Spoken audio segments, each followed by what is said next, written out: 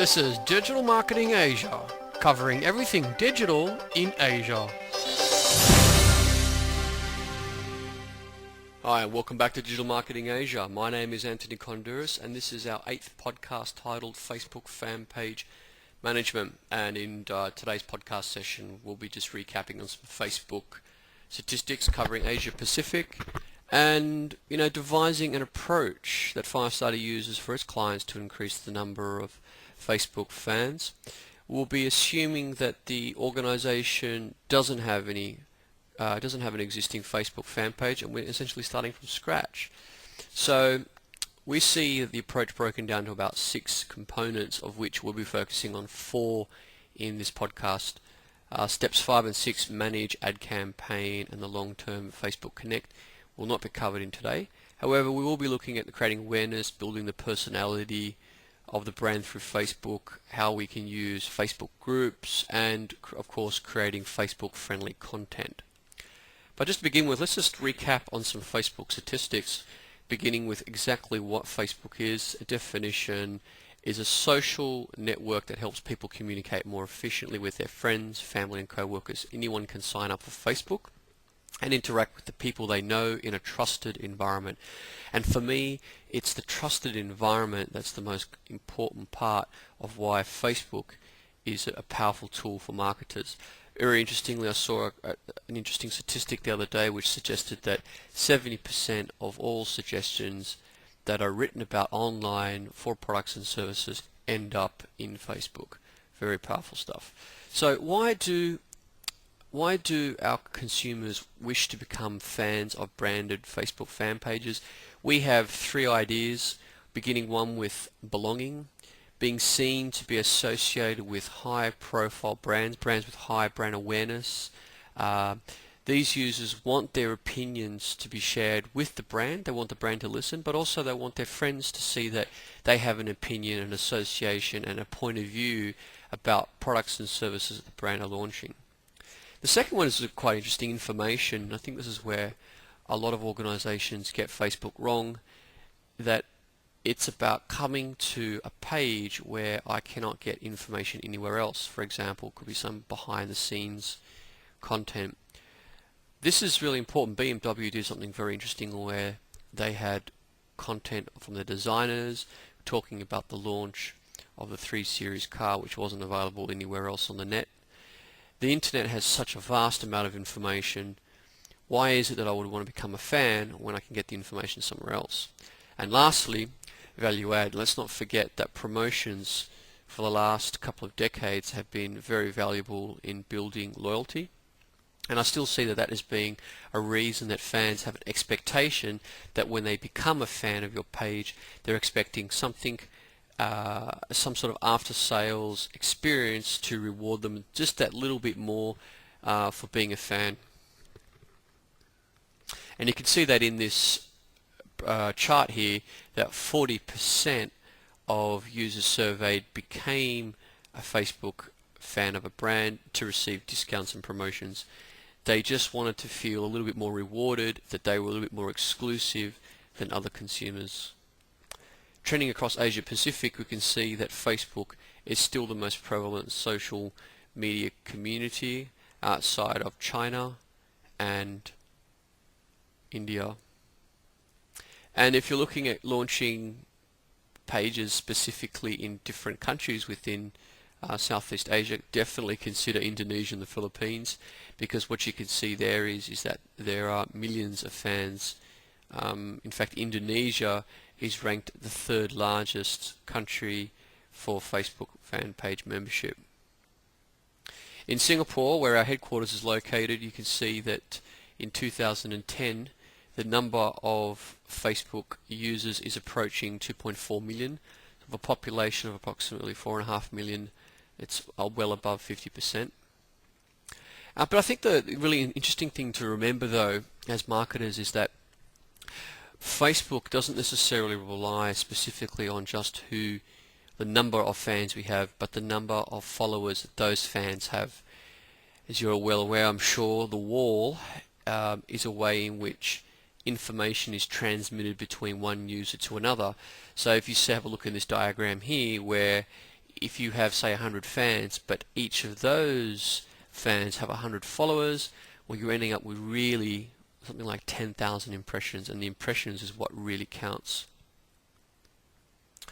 Now, I think what we have to consider, though, is a lot of brands are not able to do what high-profile brands can do, which is they grow organically.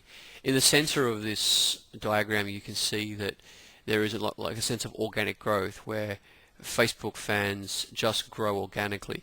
Not every organization has the luxury of having people go into Facebook, key search for their brand, and then just join them. What we have to do is look at new channels of lead generation.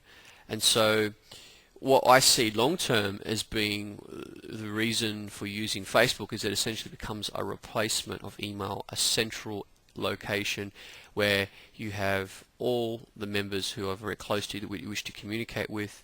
You can engage with them. It's far more timely than email. It's more intuitive, and Facebook can be backed up with other types of channels. For instance, Facebook engagement advertising. We can use applications and widgets to reach people. We can leverage above-the-line advertising, offline events to create awareness of our presence in Facebook. And we can reward and engage with users with wallpapers, ringtones, and screensavers. So you might remember that we were starting from stage one, creating awareness, letting people know that we actually have a Facebook fan page. And so essentially the first bit is we need to set it up, okay? So all these tabs at the top here, of course, are all customizable. Have to decide on what is the role of these different tabs and how many of them we're going to have. Creating a 200 by 600 sort of pixel profile graphic to represent the organization. We need to put a welcome page or company information somewhere in there so that people understand what we're about. And we might want to add some other useful applications, feeds from blogs, those sorts of things which just help to promote the community.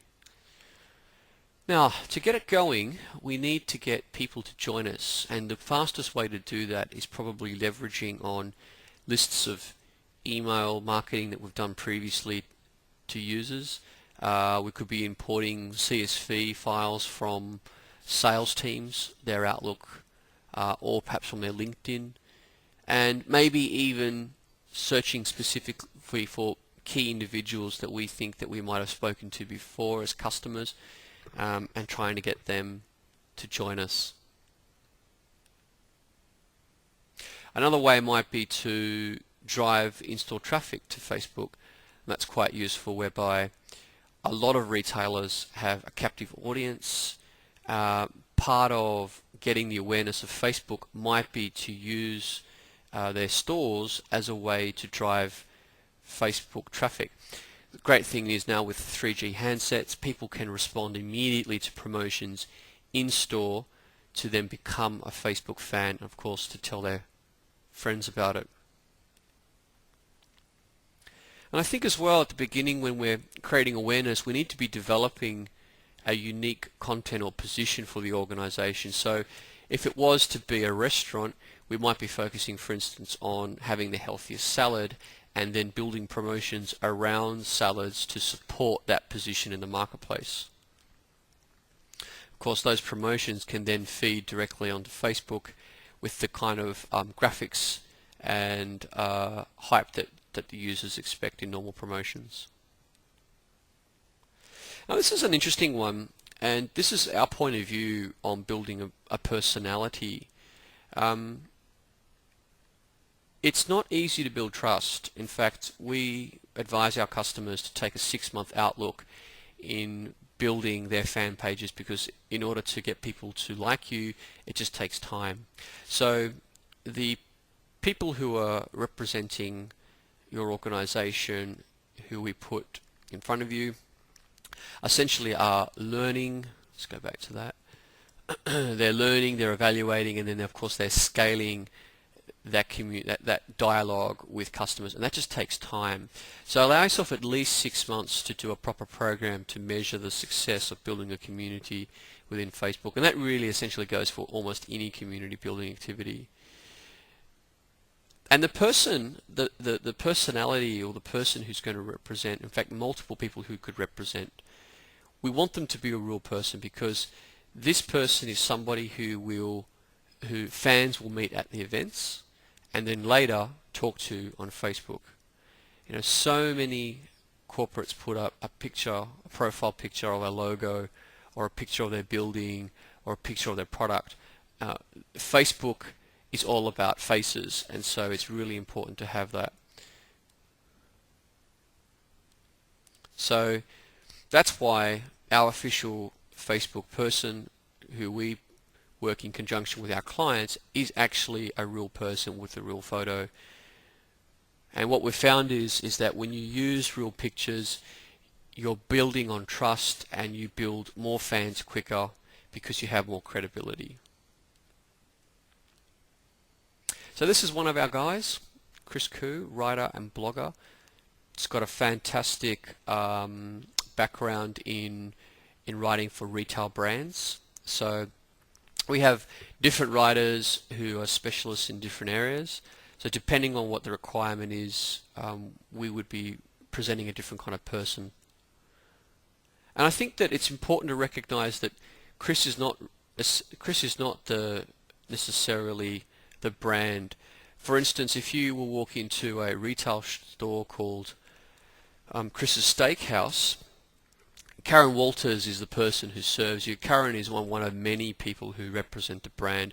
Just like on Facebook, Chris would be one of the many people who would represent the brand within Facebook. He's not the ultimate brand. He's not the brand spokesperson. He's one of many people who influences what the brand is to the consumer. What's also interesting is that we think that we should reward very loyal fan page customers. So people who have a big community themselves, who can bring a lot of credibility and friends. They are people that we might want to talk to and ask them to monitor our page perhaps a month and introduce new content and new outlook on it. And let's have a look at the power of groups. Because where groups comes into is what, as digital marketers and people who have been doing email marketing for a long time know, that targeted information is really important. And in Facebook, what we have to be careful of is not spamming the wall. So a lot of what we can do is create unique private groups. For instance, if the brand has segments around beauty, fashion and food, you could create these three, allow people to join those groups within the fan page, and then you can have discrete content which only they see, so that there is that sense of relativeness. So at the moment, I've seen some interesting information that suggests that 30 million private groups exist in Facebook, so they're certainly being used and the users are aware of them. And just like typing an email, you can put information and content in there and send discrete information to each of these groups. Pretty powerful stuff.